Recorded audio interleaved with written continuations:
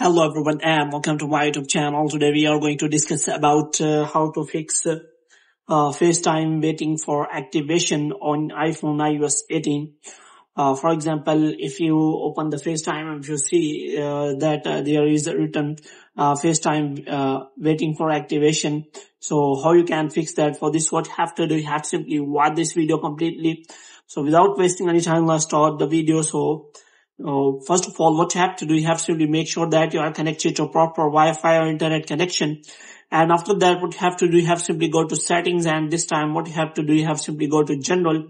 And after that, what you have to do, you have to scroll it down until you find the option of transfer or reset iPhone. So here you have to simply click on reset, and you have to simply reset all of your network settings. And after resetting all of your network setting, what you have to do, you have to simply go back. And this time what you have to do, you have to simply look for FaceTime.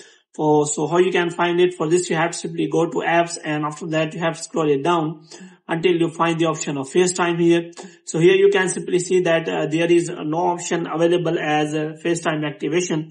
So if you want to activate your FaceTime, what you have to do, you have to simply make sure that you have turned on this toggle. And after that, what you have to do, you have to simply wait for some time so that your FaceTime activates and activated. So you have to simply wait for some time so that your FaceTime has been activated.